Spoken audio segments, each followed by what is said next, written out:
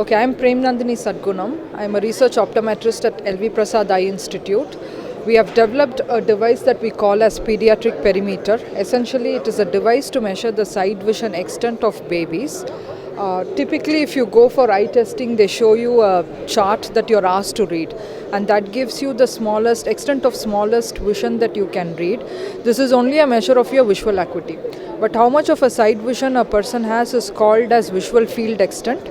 You need to do a perimetry testing in order to find that out. So for adults, you have a lot of devices that you can use to do the field testing. But for babies, there are no such devices available.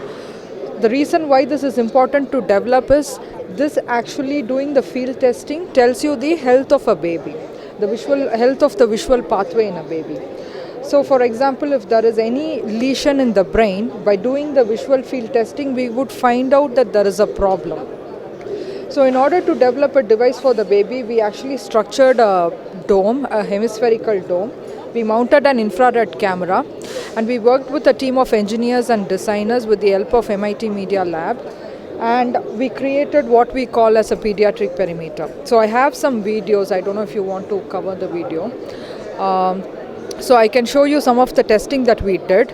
So we use this, so typically we show a patch of light and the baby looks in that direction. So that way we find out whether the baby has any visual field in that particular region. So once after each of the meridians and each of the quadrants and hemifields are tested, then we can explore an individual meridian.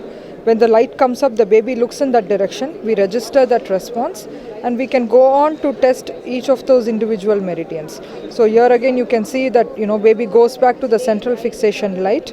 Light comes up, baby looks down. So we can go on testing all the full side of the extent, and we can get an entire visual field extent of the baby.